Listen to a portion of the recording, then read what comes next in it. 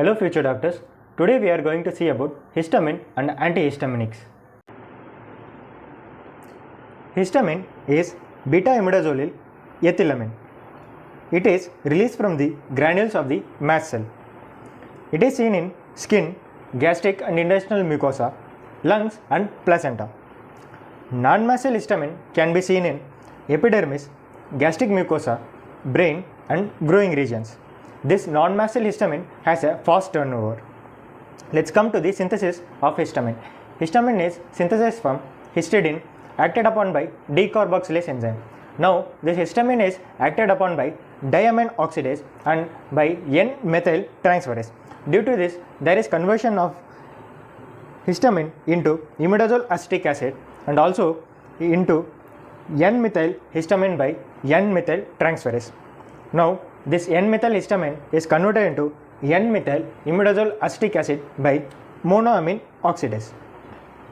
Now, let's see how histamine is released from the mast cell. See, this is a mast cell.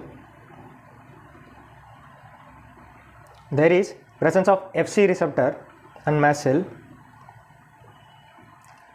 On this, there is IgE antibody binding, and it will lead to the activation of Fc epsilon R receptor, and there is activation of tyrosine kinase.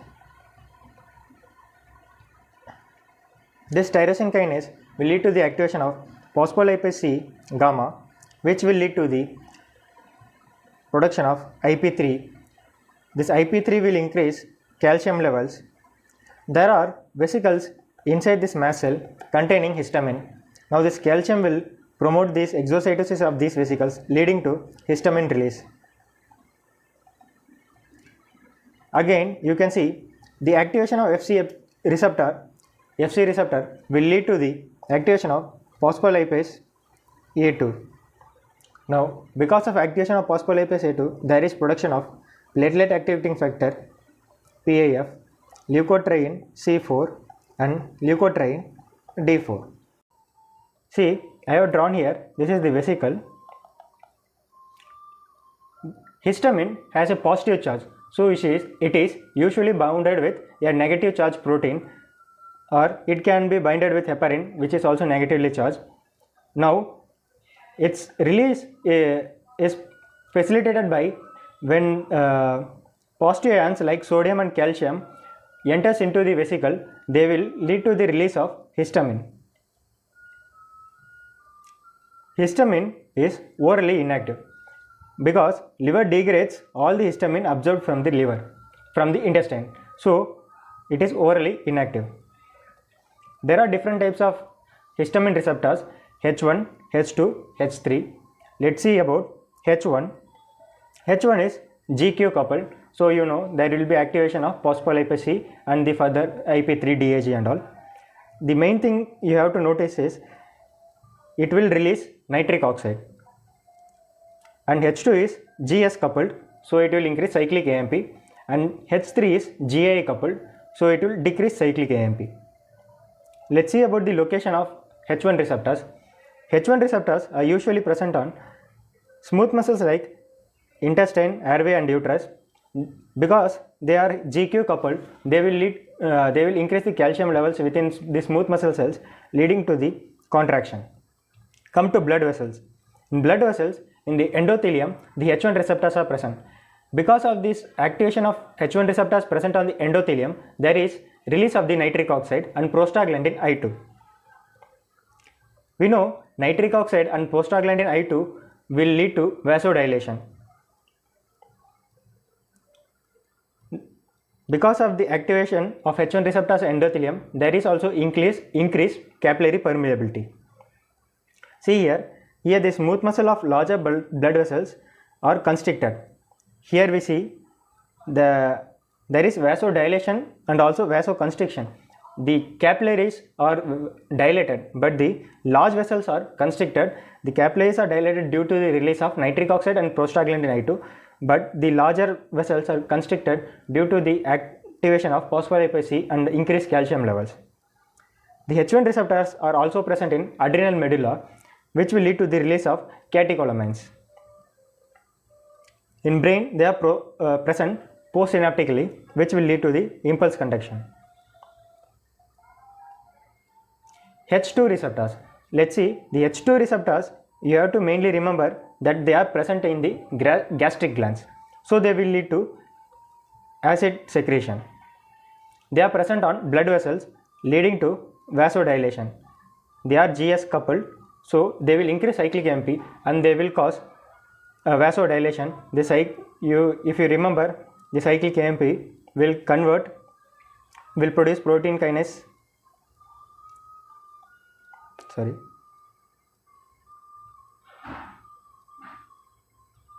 Protein kinase A, which will convert myosin light chain kinase into myosin light chain kinase phosphorylated form, which is inactive.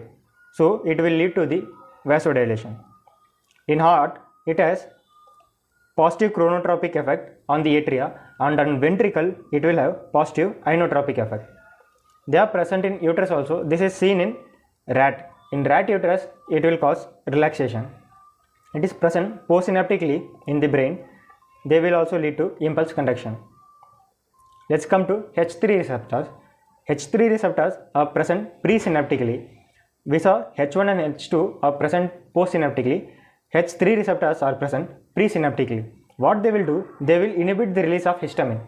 So H3 receptors present presynaptically will not allow the vesicles to fuse and release histamine. So it will lead to the sedation.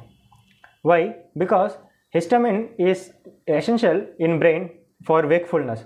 When we are inhibiting the release of histamine, there will be sedation. It is present on H3 receptors are present on ileum also. They will lead to the decreased acetylcholine release from the myenteric plexus.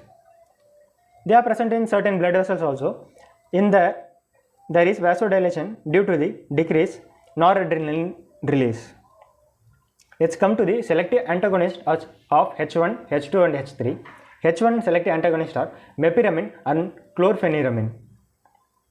If we come to H2, they are cimetidine and ranitidine. H3 has enampromidine, thiopyramide, triprolizant and clobenpropate. Now let's see triple response of Lewis. See, when histamine is injected intradermally, you will have a triple response of Lewis, which has red spot, flare and wheal. What are these? Why this happen? Let's see. The red spot is due to the capillary dilation, but the wheal is due to the exudation of fluid from the capillaries and venules. First, the red spot is due to capillary dilation, and there is exudation of fluid from the capillaries and venules, so there is wheal. Let's see flare. Flare is like the redness will surround, it will spread the redness in the surrounding area due to the arteriolar dilation by axon reflex. There is dilation of arterioles. It is due to the axon reflex. Let's see what is axon reflex. The C fibers which carry nociceptive, like they will carry pain, have also fibers going to the arterioles. So when the impulse conduction goes through these fibers which are going to arteriole, it is known as antidromic conduction. It will lead to the dilation of the arteriole. It is due to the release of substance P and CGRP. Let's see what is the substance P and CGRP. See, substance P will act on receptors which are tachykinin receptors. There are three types: NK1, NK2 and NK3, and all are coupled to GQ. But you may think it is coupled to GQ, but how it is causing vasodilation? The main thing you have to notice here is the NK1 receptors are present on vascular endothelium. So they will release nitric oxide. So because of the nitric oxide release, there is vasodilation. Let's come to CGRP. CGRP is calcitonin gene related peptide. It will act on an unusual receptor. The receptor will have two parts. One is calcitonin receptor,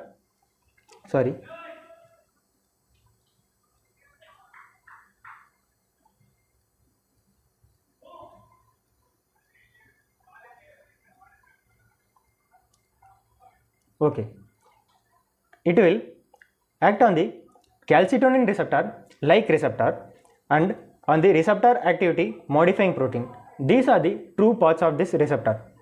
They are GS. You know, GS coupled, then they will increase cyclic AMP, which will lead to vasodilation. Let's see the effect of histamine on heart. In heart, we have seen here through H2 mediated in atria and ventricle.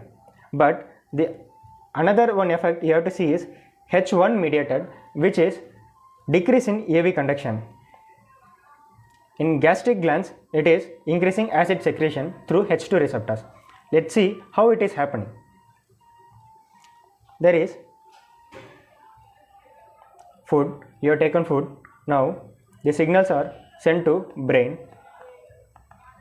Now when the signals are sent to brain through vagus, there is release of acetylcholine. Now this acetylcholine will act on the ENS ganglionic cell. This ENS ganglionic cell, ENS means enteric nervous system, ganglionic cell. Now when it acts on this, there are two receptors. One is nicotinic receptor N and there is another one receptor, muscarinic receptor, which is M1. Because of this action of acetylcholine on these receptors, there is release of acetylcholine and GRP. GRP is gastrin releasing peptide. Now here there is ECL cells. ECL is enterochromaffin like cells. It is also known as histaminocytes. There are receptors for both these acetylcholine receptors, which are muscarinic receptors, and there is another one receptor CCK2, which is gastrin cholecystokinin receptor. See, now this GRP and acetylcholine will act on G cells. These G cells, because of their action on G cells, there is release of gastrin. Now this gastrin will act on this CCK2 and there is release of histamine from the ECL cells. Now the food can also directly cause the release of gastrin from the G cells.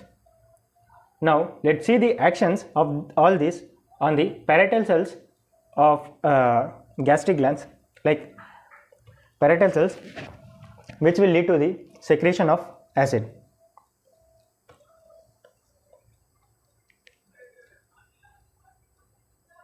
See,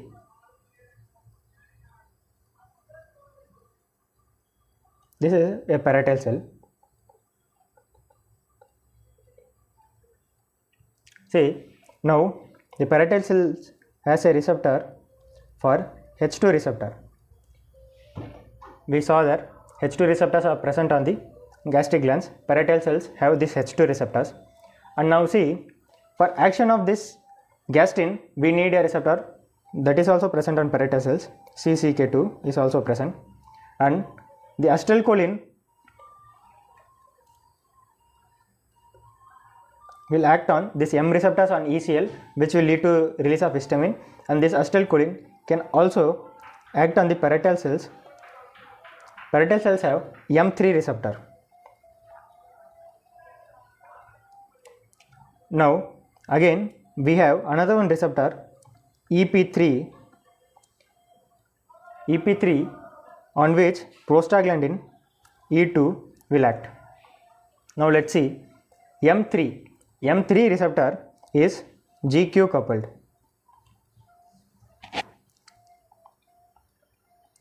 H2 receptor is GS, CCK2 is GQ, EP3 is GI. There is H plus K plus ATPase located here. Now it will release H plus and K plus is taken into the cell. Now, because of GS, there is increased cyclic AMP. This increased cyclic AMP will activate this H plus K plus ATPase, leading to the secretion of acid into the stomach. This is how the histamine acts on H2 receptors. There is activation of H2 receptors, increased cyclic AMP, there is release of acid into the stomach. Now let's see the GQ. Here we have two GQ receptors. Both will act in a similar way. They will increase calcium, we know. This increased calcium will act on this H plus K plus ATPase, leading to the activation of this H plus K plus ATPase. GI EP3 receptor, on which prostaglandin E2 will act, there will activation of, like it is GI receptor, so it will inhibit this cyclic AMP, leading to decreased acid secretion. Now let's see the effect of histamine on CNS. Histamine usually does not cross blood-brain barrier,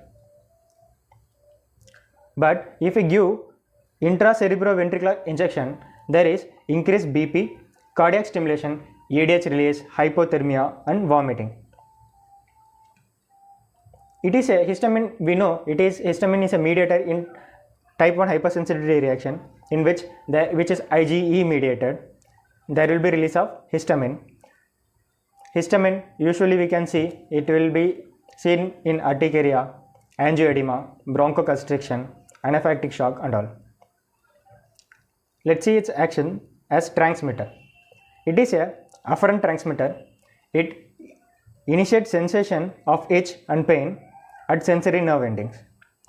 See, non-mast cell histamine we have seen it is present in brain and some other areas also, like growing areas and gastric mucosa and epidermis and all. The non-mast cell histamine present in the brain is necessary for the wakefulness of the person. If H1 agonism in brain, it will suppress appetite. Let's see its action in inflammation. In inflammation, it will increase the expression of P-selectin on the endothelial cells, and it is also going to sequestrate leukocytes. Let's come to histamine releases. What are the things which are going to release histamine? See how a tissue damage will release histamine. Everyone knows trauma, stings and venoms. Okay, there are some of the compounds like dextran and polyvinyl pyrrolidone. These two will also release histamine.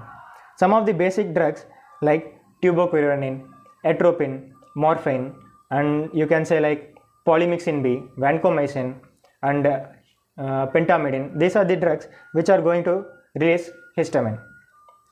Their action is somewhat different. They are going to displace histamine from their binding site, so there is increased histamine. Their action is different. Some of the compounds like 2-in-80 and compound 48/80 are going to increase histamine. Let's come to H1 antihistaminics. Let's see, because of antagonism of histamine, what are the things going to happen? We are going to block the histamine induced bronchoconstriction, contraction of intestinal and other smooth muscles, and we saw the triple responses of Lewis. It is also going to be inhibited. There is fall in BP at lower doses of histamine is blocked. Okay, but fall in BP at high doses of histamine requires H2 antagonist also. See, I will make it clear. Like if the fall in BP at low doses of histamine, when histamine is given in low doses, the fall in BP can be controlled with just H1 antagonist. But if you are giving histamine at high doses and it is going to make fall in BP, at that time only H1 antagonist is not enough. You have to give H1 and H2 antagonist both to control that fall in BP. Histamine used to let's come to this table. Here we saw from adrenal medulla there is release of catecholamines through the H1 receptors. Now you are going to block this H1 receptors, so you will have decreased adrenaline release from the adrenal medulla. Constriction of larger blood vessel is also antagonized. Anti-allergic action. It is Antihistaminics can be used in urticaria, angioedema and itching, which are well controlled by this. But anaphylactic fall in BP is only partially prevented. Asthma is unaffected. See, asthma is unaffected because you see here, see this diagram, from the mast cell there is also a release of phospholipase, activation of phospholipase A2 and platelet activating factor, leukotriene C4 and leukotriene D4. These leukotriene D4, C4 and this platelet activating factor, these three are the important mediators in asthma. By giving H1 antihistaminics, you cannot control asthma because the main mediators are leukotrienes and the platelet activating factor. But if you are giving antihistaminics, it will not give that much effect. The main mediators are leukotrienes and PAF. Now come to CNS. We saw that histamine is important for wakefulness. We are going to inhibit that, so it is going to cause sedation. You have to note one point, that you are giving antihistaminics, but the antihistaminics which are able to cross the blood-brain barrier, they are going to cause this sedation. But the second generation antihistaminics will not cross the blood-brain barrier. So there will be no sedation with second generation antihistaminics. There is promethazine. Promethazine can be used in decreasing the tumor, rigidity and sialorrhea in Parkinsonism. Let's come to cyproheptadine. This drug has a appetite stimulating effect. Cyproheptadine also is a inhibitor of 5-HT2A receptor. Okay. The promethazine action, its beneficiary effect is due to the anticholinergic and sedative property. See, dichlorpheniramine, promethazine and diphenhydramine are also used as antitussives. Like antitussives are the drug, like they are used in cough.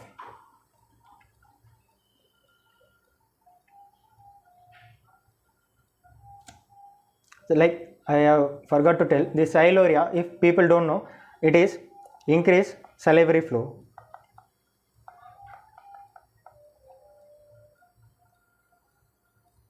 Okay. Anticholinergic action. We saw here, due to the anticholinergic action, it is helpful in Parkinsonism. So now see, antihistaminics have anticholinergic action too. It is antimuscarinic. It is high in promethazine, diphenhydramine, dimenhydrinate and pheniramin. It has also local anesthetic action also. Like they have membrane stabilizing property, which is weak, but it cannot be used because it causes irritation when you are giving subcutaneously, so it is not used. We can remember some of these drugs like promethazine, pheniramin and diphenhydramine. Come on to BP. See, the H1 antihistaminics, some of the H1 antihistaminics can cause decrease in BP on IV injection. So it is due to direct smooth muscle relaxation, or it can be due to the alpha blocking property. The alpha blocking property is most prominent with promethazine. Let's come to side effects of H1 antihistaminics. We saw it is going to cause sedation and it is going to cause sedation. Another thing you are going to see is there is diminished concentration and alertness. It cannot be used in children. See, it is a CNS depressant, so you cannot use it in children because they are school going, they are regularly learning, their learning will be affected. And the another side effects are due to the anticholinergic property, like dry mouth, like alternation of bowel movements, urinary retention. These are the side effects of anticholinergic properties with antihistaminics. In acute overdose, you can see excitation, convulsions, tremors and hallucinations. Let's come to second generation antihistaminics. See, second generation antihistaminics has no CNS depressant properties. Like I said, they are not going to cross the blood-brain barrier and they are not going to cause sedation. And they have no anticholinergic action. In additional, they are going to have a inhibitory effect on leukotrienes and platelet activating factor. The sum of the second generation antihistaminic drugs which I have explained here is fexofenadine. The fexofenadine is an active metabolite of terfenadine. See, this terfenadine is banned now because it used to cause Torsades depointase. It used to block delayed rectifier potassium channel. Due to this blockage of delayed rectifier potassium channel, there is action duration prolongation. The QT interval is prolonged. Due to this action potential duration prolongation, there is a chances of yearly after depolarization which can trigger Torsades depointase. So it has caused many deaths because of this. So terfenadine is not currently used. Another one drug which has also caused death is banned because of the same reason is astemizole. It is usually metabolized by CYP3A4. The terfenadine is metabolized by CYP3A4. When you are using it with inhibitors, then you will have Torsades depointase.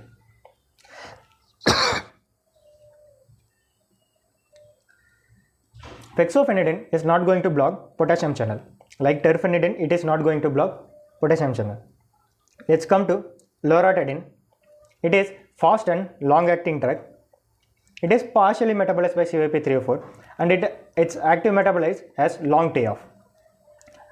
We can see seizures along with this drug. It has good efficacy in urticaria and atopic dermatitis. Desloratadine. You can see loratadine, desloratadine. You can get the idea that it will be an active metabolite.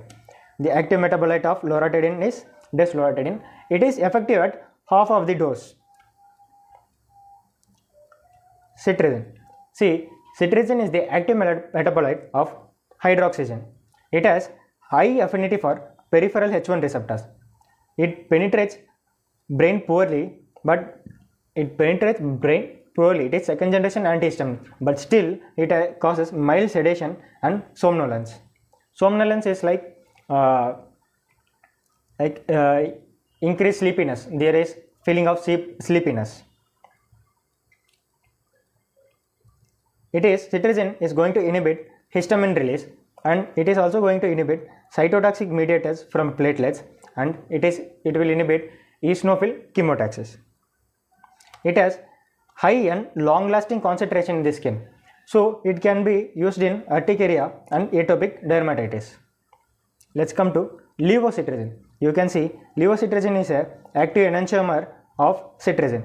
It is effective at half of the dose, and we used to see there is mild sedation in cetirizine, but there is less sedation than in levocetirizine. There is less sedation compared to cetirizine. Let's come to azilastine. Azilastine has a good topical activity. It will inhibit histamine release, inflammatory reaction caused by leukotrienes and platelet activating factor. It is given as intranasal application. While when we are giving us intranasal application, it has shown to decrease the ICAM1. ICAM1 is the intracellular adhesion molecule 1. It is metabolized by CYP3A4. As nasal spray, it can be used in allergic rhinitis. Its adverse effects are like local effects, which are like stinging sensation in nose, and there is altered taste sensation. Now we have a drug called misolastine. Misolastine can be used in like other drugs, allergic rhinitis and urticaria, but it has no active metabolite. Let's come to Avastin. Avastin has an active metabolite called carbastin. It is inhibited by it is like metabolized by CYP3A4, and it can prolong QT interval. Rupatadine. Rupatadine will antagonize platelet activating factor, and it can be used in allergic rhinitis. Let's come to uses. In uses, you can see it can be used in, like we saw with all the drugs, the urticaria, angioedema, hay fever, allergic conjunctivitis, everything. But in laryngeal angioedema, the life-saving drug is adrenaline. You can use antihistaminics after adrenaline, like it is second choice to adrenaline, but adrenaline is the life-saving drug in laryngeal angioedema. Like I said earlier, in bronchial asthma, the important mediators are leukotrienes and platelet activating factor, so antihistaminics cannot be used. Like we can use it in symptomatic relief for insect bite and IV poisoning. Demographism is also suppressed. Antipruritic. Antipruritic drugs, some of them are chlorpheniramine, cyproheptadine and diphenhydramine. Common cold. In common cold, we can use it as for symptomatic relief. Why? Because antihistaminics have anticholinergic action. So you can use it for symptomatic relief in common cold. Motion sickness. In motion sickness also, you can use these drugs promethazine, diphenhydramine, dimenhydrinate and meclozine. See, you should take these drugs 1 hour before prophylactically before traveling, and it can reduce motion sickness. Vertigo. See, vertigo is a spinning sensation. The drugs used are labyrinthine suppressants. The labyrinthine suppressants will inhibit end organ receptor or central cholinergic pathway.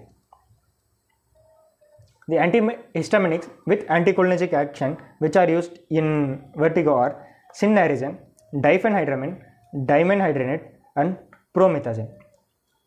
This cinnarizine and dimenhydrinate are most commonly used. See, the cinnarizine also has antimuscarinic action, anti-5-HT action, and it is a calcium channel blocker. Anticholinergics like atropine and hyoscine can also be used in vertigo. Antiemetic phenothiazines like prochlorperazine can be used. It is a D2 blocker and it has H1 antihistaminic property also. See, Meniere's disease. In Meniere's disease, you have increased endolymph and there is increased pressure. So here in Meniere's disease, you can have like symptoms will be like the patient will be having vertigo, fullness in the ears, tinnitus and vertigo, tinnitus, fullness in ears. The drug which can be used in Meniere's disease is betahistine.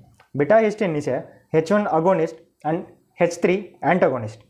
So they are going to cause vasodilation and decrease the pressure.